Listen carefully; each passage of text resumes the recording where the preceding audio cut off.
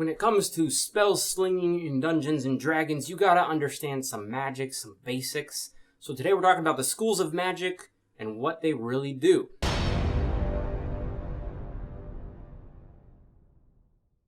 Welcome back, fellow Game Masters. I'm Richard Quiner. Welcome to the first Spell Slinging Saturday, where today we're going over the different schools of magic, what they accomplish in the world of slinging spells. In Dungeons and Dragons, there are 7 officially released schools of magic. There are some more in the kind of beta testing phases: abjuration, conjuration, divination, enchantment, evocation, illusion, and necromancy.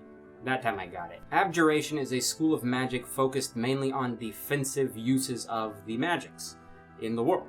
They generally have a lot of defensive spells. If you're early on, you're going to spend a lot of time using sort of shields on yourself and your allies, defending against magics at that time. But much later on, you get much more powerful magics where you can create a whole field, a whole area where magic is not allowed, sort of a magic nullification area, or even make yourself completely invulnerable for a time. These are very powerful magics. That's two ends of the spectrum. But you can see how these come into play just by thinking about defense and tactics in combat. Conjuration, I like to define as kind of a summoning magic. It's conjuring up an item out of nothing. It could be an inanimate object or a creature. It doesn't matter which, but there's something you create out of nothing. Early on, learning your conjuration magic, you're going to be doing small inanimate objects or small creatures that really won't last very long or be very powerful. But as you get stronger and better at conjuration magic, the higher level spells include one where you literally conjure up a fortress out of nothing. A fortress.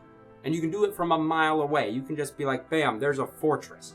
It's pretty powerful stuff. Divination magic is seeing the future and having great insight into people and reading minds and this kind of magic. That is more of a support magic rather than a direct combat use magic. Early levels of spells, you get to be able to understand languages that you haven't read or see things that you might not normally be able to see, while later levels you can actually touch a creature and let them see the future for a time.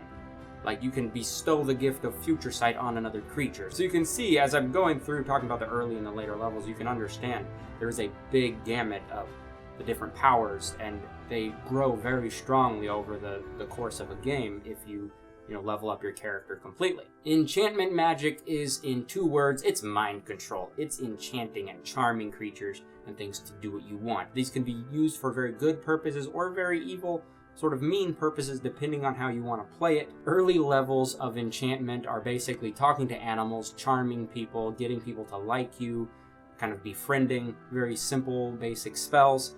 By the time you hit the higher levels of enchantment and you really get into the high-level enchantment spells, there's one specific that I like that I haven't seen played yet, but it's called Power Word Kill, which basically you tell a creature to kill itself and it is compelled to die. Think about that. If you go from just befriending animals to being able to tell something to kill itself within your span of the game, it's pretty rad magic school, in my opinion. Evocation spells are spells that control the elements, such as ice, fire, lightning, water, heart, you know, those kind of things. The base levels of evocation are simple things like a lightning bolt or a fire bolt, very early spells that are very weak and simple.